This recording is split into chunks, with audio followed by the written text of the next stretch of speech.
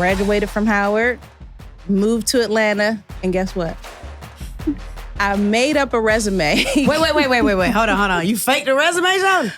I faked a resume. Really? You know, it's a drastic difference between styling and costuming. And I didn't know that. I'm What's like, well, the if I can. difference? So I figured if I can dress an artist or dress a model, I can dress, a character. Right. But it's not that. It's you're developing a character. Yes. You're reading a script, breaking down a script.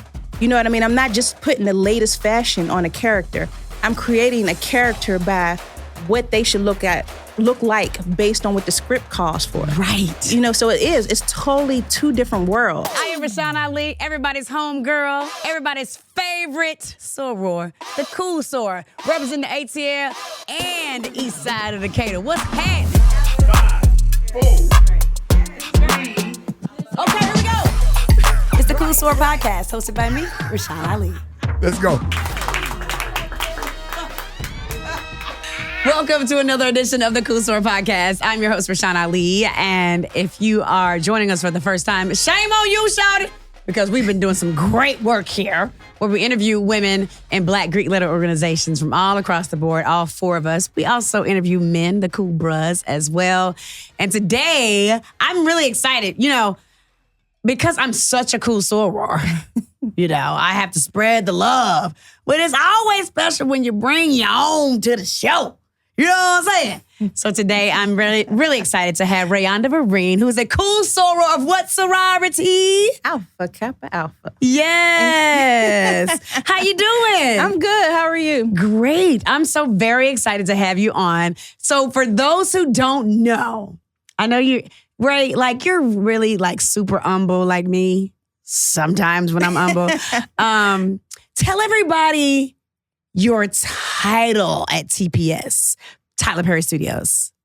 I'm the costume designer at Tyler Perry Studios. I do mostly all the shows there besides Sisters and Young Dylan. Yeah.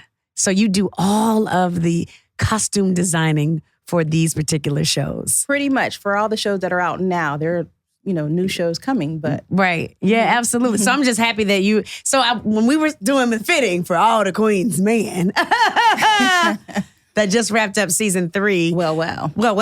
I was sitting there in the fitting room as you were getting Miss Tandy together, saying, oh my God, Ray, you should be on my show. She was like, yeah, I'm doing more interviews now so people can understand what I do.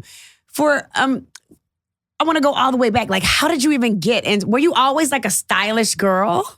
Yeah, well, way back when I was a teenager, I used to model. I was a junior model at 13, and I did not like being in front of the camera. Really? I was shy. I was tall. I felt like I was awkward, but everybody said I killed the runway every time I walked it.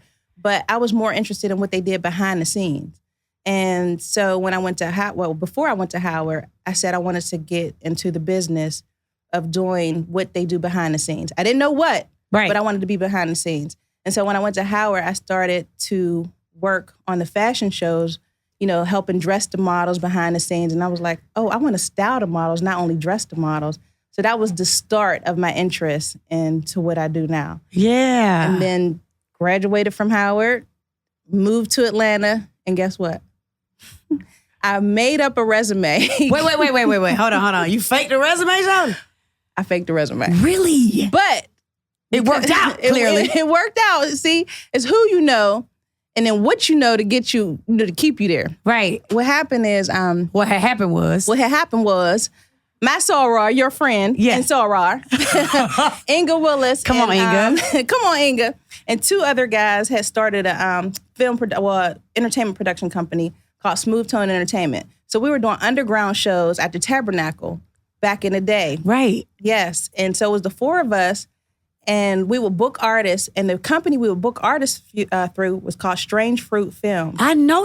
Yes. Listen, Tracy, I interned for her. I didn't really? First of all, I didn't even know this prior to this interview. My first internship was with Tracy and Strange Fruit. Really? I would go to her house in Alpharetta and sit in that office all day as a college freshman, the summer of my freshman year at FAMU. Yes. Okay, so so they had a division of Strange Fruit was they would book music artists. Okay. And a guy named Eric and another female, they handled that business. Yeah. And so I became friends with Eric, and he knew I was interested in getting into the business on the styling side of it.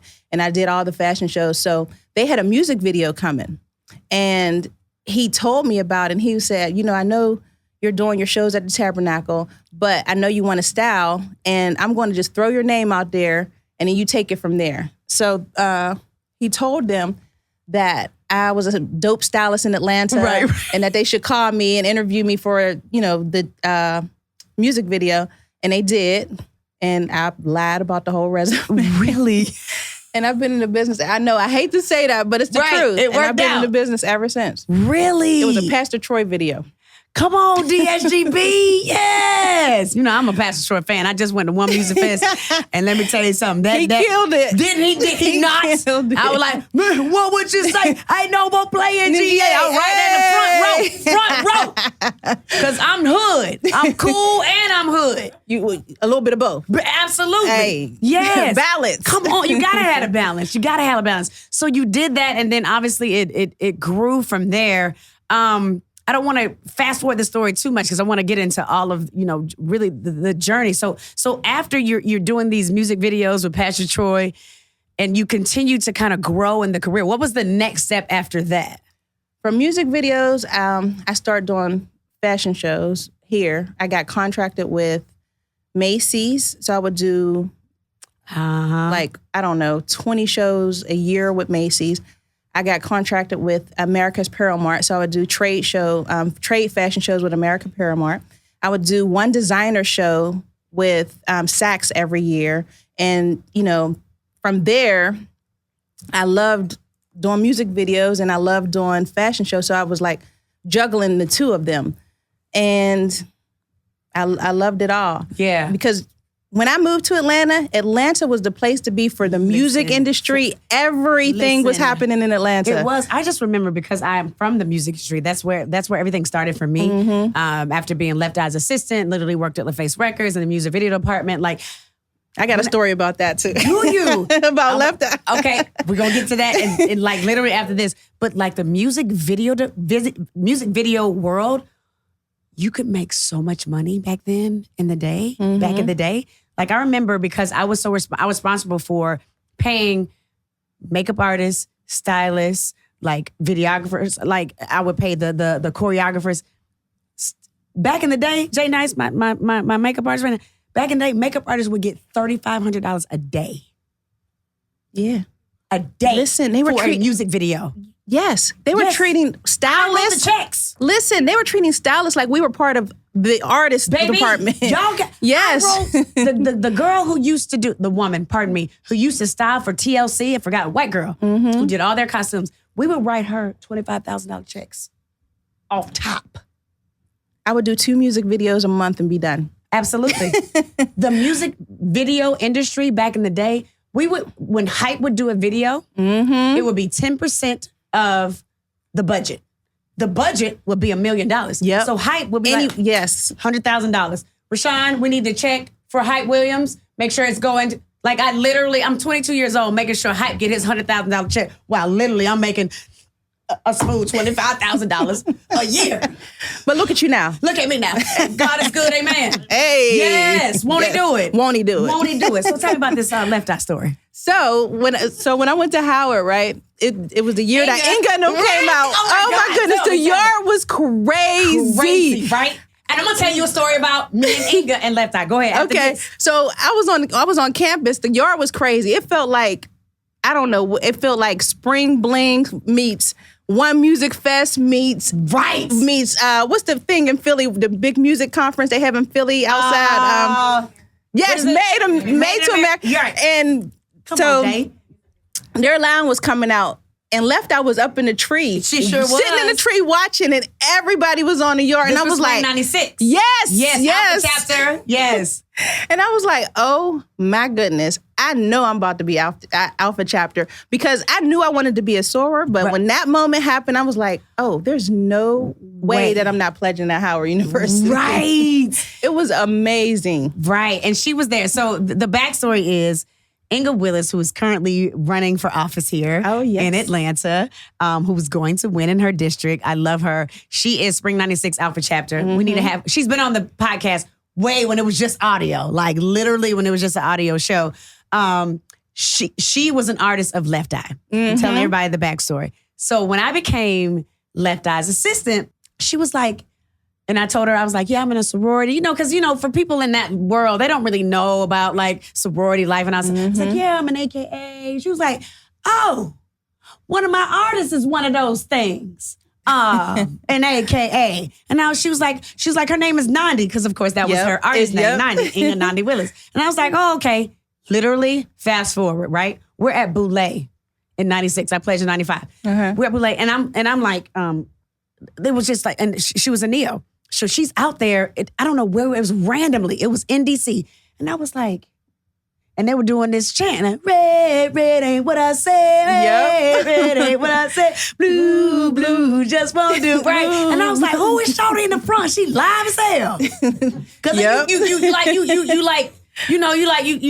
see the people that's like you. And I'm like, why she live? Why I like her? When they finished the chant, I was like, what's up? What's up? She was like, I'm from Atlanta. I was like, me too. And then literally didn't know we met there. So I'm back in Atlanta. This is after Boulé. Back in Atlanta as Left Eye's assistant. And I'm at her house. The doorbell rings, right? Ding dong. Open the door. It's Inga. The same girl I met at Boulé. Didn't know the correlation. The same girl. I was like, you the chick she talking about? She was like, what? I was like, she told me about you. She was like, oh my God. Literally did not even know. When I tell you God has ordained that whole thing, I met her in DC. Lisa had told me about her. It was all like a real thing. So I love the whole connection that we all have together, which is such a beautiful thing. All right. So that was my little story. So then, okay, you're doing the music videos, you're doing the fashion shows. When did you know like television shows and production was where you wanted to be? Or was that something that kind of landed on you? No, what happened is the industry was huge here, and it started to move more towards New York and LA again, and started to like, I don't want to say sizzle out, but there weren't a lot of jobs coming here like before. Right. And so, you always got to reinvent yourself. So I said, okay, now it's time for me to reinvent myself. But you weren't going to lie this time. No. I didn't have a reason to lie this time. Look, I had a resume that was real to back it up. Yeah, right. So I had some friends on the TV side of production, and I let them know that I was interested in switching from styling to getting into costuming. And they let me know it's a drastic difference between styling and costuming. And I didn't know that. I'm like, well, if I can. So I figured if I can dress an artist or dress a model, I can dress, a character. Right. But it's not that. It's you're developing a character. Yes. You're reading a script, breaking down a script. You know what I mean? I'm not just putting the latest fashion on a character. I'm creating a character by what they should look like based on what the script calls for. Right. So it's totally two different worlds. Now, there are some similarities, but they're two totally different worlds. The language is totally different. So there's a lot to learn in moving from fashion show and music videos to TV and film. What was that transition like for you? What was your learning curve? My learning curve, so here's the thing. It was easy for me, and that's the thing. I hate to say it, but everything from a career standpoint has been like smooth sailing for me. You're blessed. There's a difference between folks that, some people just have favor. Yeah. And you're one of those people. Hey, I'm a God-fearing Christian. Yeah. So, right. Yeah. So then it's the favor. Yeah. So tell me about that transition, how easy it was for you. So BET had a studio, they rented a studio from Turner Productions. And so I knew a woman who was over at Turner Productions. Her name was Rita McGee, and she was a costume designer. I didn't know her personally. I knew of her. And one of the writers for the show that she was working on, was called Read Between the Lines, said that he can get me an interview with her. And she was like, from Howard. Come on. She was an AKA. Oh. But she didn't know that I was. And she was like, oh, if I feel her energy, I'm big on energy. Right. If I feel her energy, maybe I'll hire her. went in for an interview and killed it. Wow. You know, we were both from Howard. We both pledged AKA at Howard. Come on, Alpha. And she was just like, okay, I like you already. Keep going. You know, that's how the interview went. Because I said, I'm going to lead with that I went to Howard University. And I'm going to lead with that I'm an AKA. Right. And so from there, the interview went really smooth. And I started working for her like 2-3 weeks later on the next show that she had going, which was Read Between the Lines. Wow, that's fantastic. And I didn't start from the bottom because usually you have to start as a production assistant. But being that I was on Turner Studios lot, it wasn't at that time, it wasn't sanctioned by the film union. Okay. So I did not have to start as a PA. As a PA. I came in as a costumer. And she said that she was going to groom me and teach me, and she taught me. Like, and that's unheard of, a costume designer taking someone on the other end of the tracks, bringing them in and teaching them the game. Wow. And the language so I can succeed on the other end. So because let me tell you something, the costumers on set, they are everything for us. Mm-hmm. They make us feel comfortable. They get us ready for the next scene. People don't understand, like every single role in production is so important. And I'm glad that you learned that, not from the bottom, but literally learning as a costumer growing up. Your time as a costumer, what did you learn that fuels you today? The biggest thing I learned was teamwork. Teamwork, being punctual, never being scared to ask if you do not know, because you don't know everything. And sometimes being a stylist, I would like feel my way through it, you know, and I had a small team. When you're on a TV side, you have a larger team. Yes. And we have to work together from the PA all the way to the costume designer because everybody has an important role.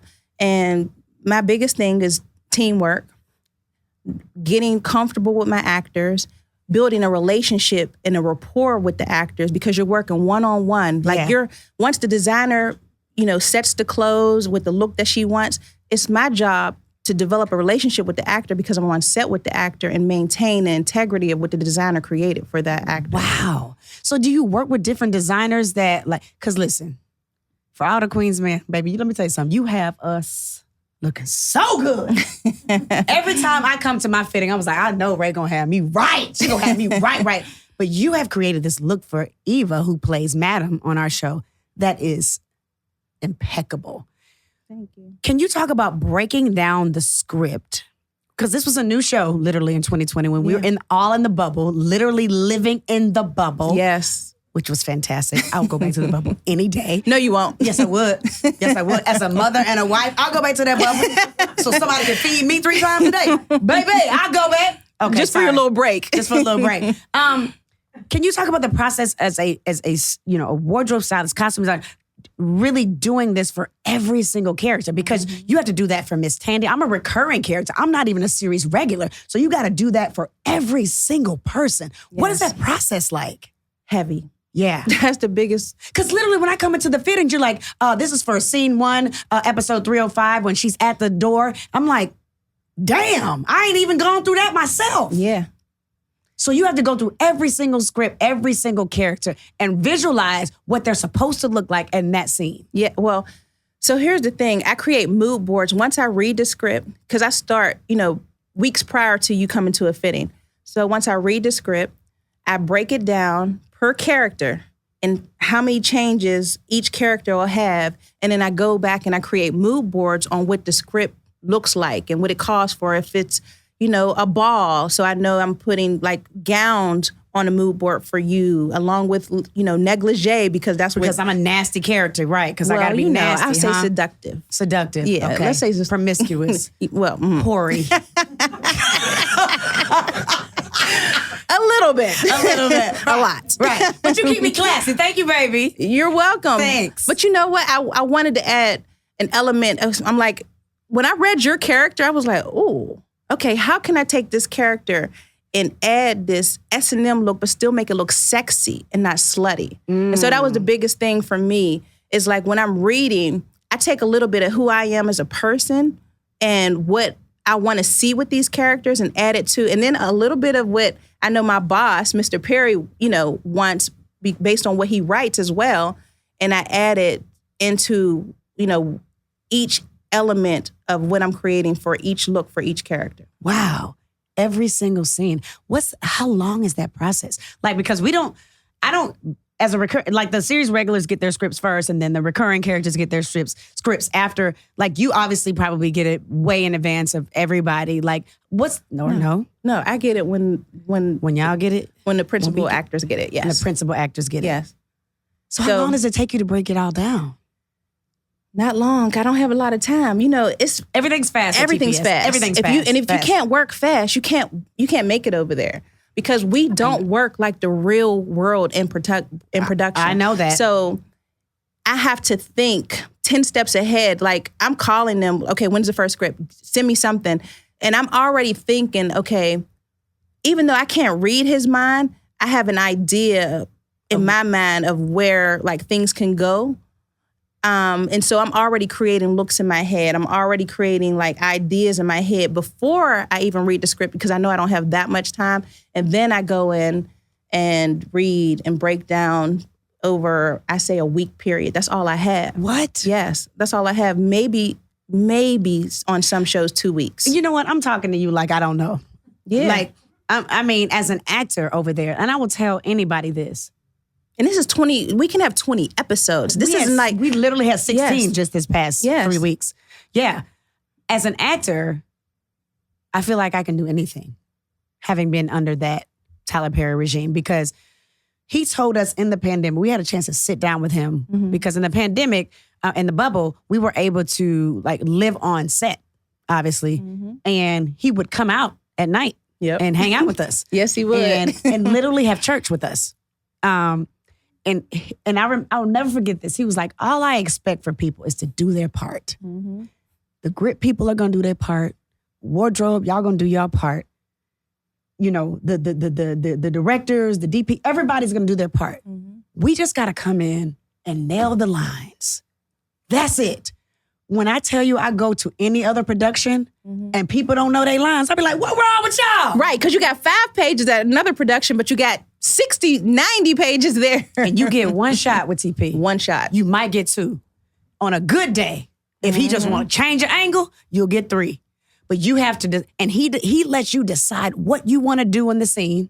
And if he likes it, he moves on. So I'm prepared for anything that I'm going to do, whatever is next for me, or if I continue, when I continue to work for TPS. Thank you, Mr. Perry. I love you so much. You changed my life in every single way. And my children's life, my husband, he love you too. Everybody's life. Everybody love you, man. We appreciate you. I tell you that when I text you. Okay. Seriously. But he's changed my life. But it's made me better as an actor because I'm prepared. Do you feel that same way? Oh, absolutely. I feel like I can go anywhere. And work. And I do. You know, sometimes when I take long breaks, because right now I'll go on a break and I'll go somewhere and work for a short stint, but my home is at TPS. Yeah. And I work so fast. And sometimes they're amazed at how fast I get things done. And it's because I'm programmed to work fast over there. And it comes natural. And I try not to compromise my work by thinking forward, thinking ahead, because I know, like, at the end of the day, anything that I put on you guys, my name is on it. Yeah. So I try to make sure that everything I put on you is what I want to go on camera. Yeah. And I be looking really nice. You know, I really appreciate your efforts in making Miss Tandy look absolutely amazing. I love, obviously, Eva Marcille is absolutely a stunning woman, just naturally stunning. When the show first came, you know, oh, we got a new show, we got All the Queen's Men, and you knew that you were going to be styling her, and now you've really kind of set a precedent of how she looks like with the suits that with no shirt, and it's super sexy. Did that happen? Something that you just planned, or did it just kind of progress as she grew? So here's it. So it's a little bit of both, right? Okay. So when I read the scripts, I knew that I was like, she's a boss. And I knew how she was, like, as far as her statuette, and, you know, she was a model. Yeah. And I wanted to bring sexy, but mix it with boss. So I knew I wanted to put her in suits. I knew it. And she wanted to talk to me because she had never worked with me before. It's like, oh, I need to talk to her. I don't know about these suits.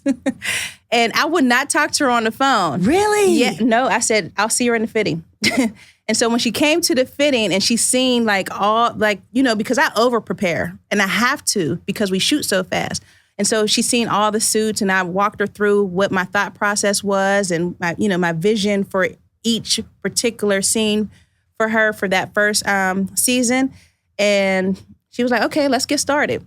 You know, that's what she did. Let's get started. Right. And so she was like, I didn't see the suits and that's why I wanted to talk to you, but I'm willing to try it on. When she tried on, and I didn't try it with no shirt at first. And I said, you know what? I had a turtleneck on her with a suit. And I said, no, take the turtleneck off. I said, that's it. I said, I want to do you with suits with no shirts. And that's how that came about.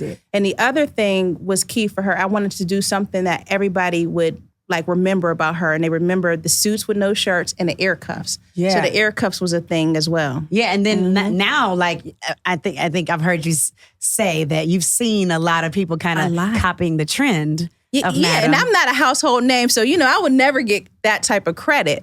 But no, first of all, stop saying that. Well, not yet. No, you are a household name and you do have that type of credit. Speak it as, you're here. Listen, I love working with you. That is the reason why I wanted you on this show, because you are so brilliant at what you do. Thank and you. People need to see you and know who you are and what you're doing, because you are fabulous at what you do. I feel so good in everything I wear. Even it's not Rashan, it's Tandy. You know what I mean? And I just be like, okay, she cute or whatever. You know what I'm saying? Right. It may not be something Rashan would wear, but Tandy, you have captured my character.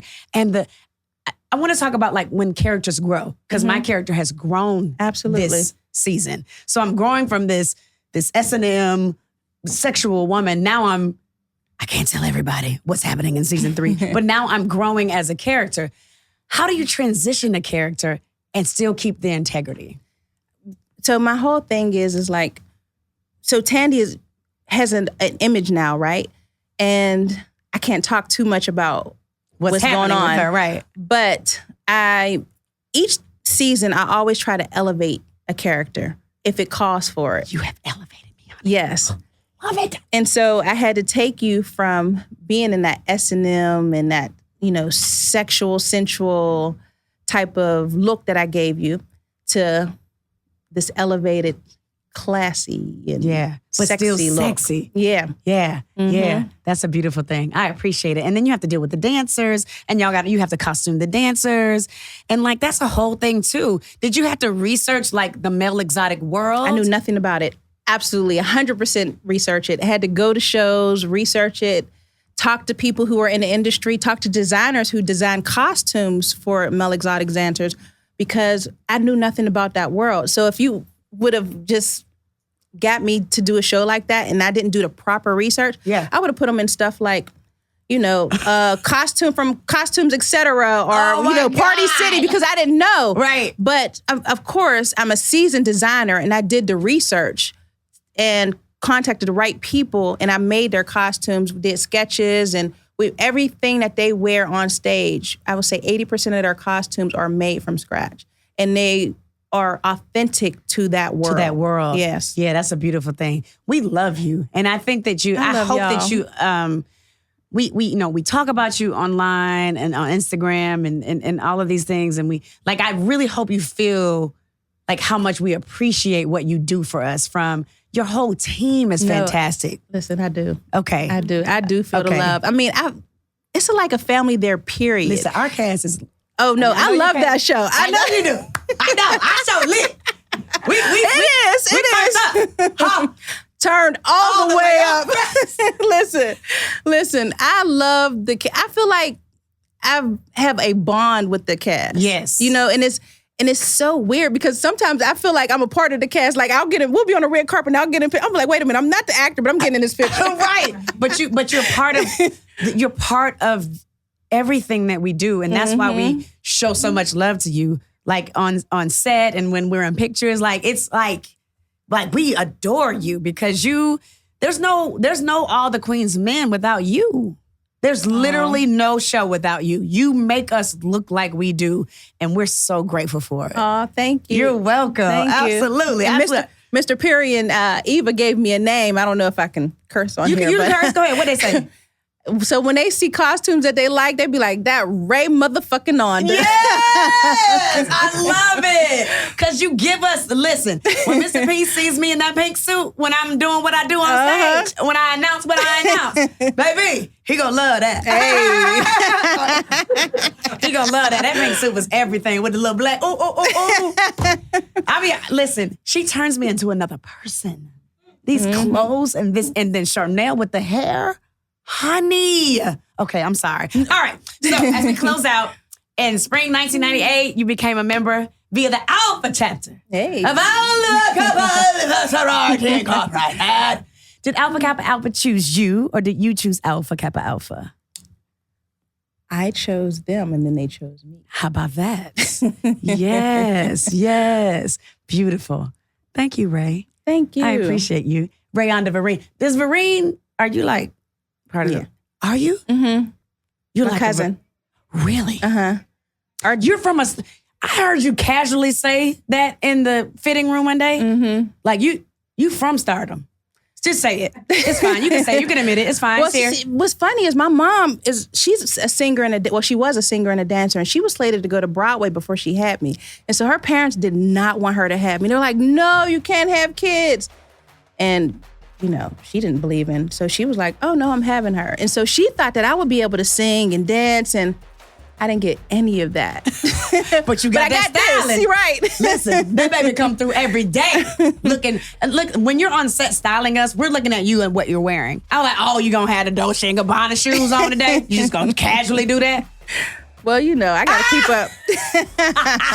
up. Well, we love it. Thank you so much for being here today. Oh, thank you. And breaking down like what it's like to be behind the scenes from the costume. Like people don't understand that Ray's on the phone, like talking to the shoppers while they're out. Like, hey, we need a medium in this. And Miss Tandy needs a medium in this size. She's, this small is too small. And like literally talking to everybody and then running it all down. Mm-hmm. It's a whole process. It is. That's why I honor the process of what you do, and which is why I wanted you to be here to talk about what you do. So thank you so much for being here. Thank you. Yes. She's royalty. She's a Vereen. A real one. Raiyonda Vereen, everybody. Give it up for her.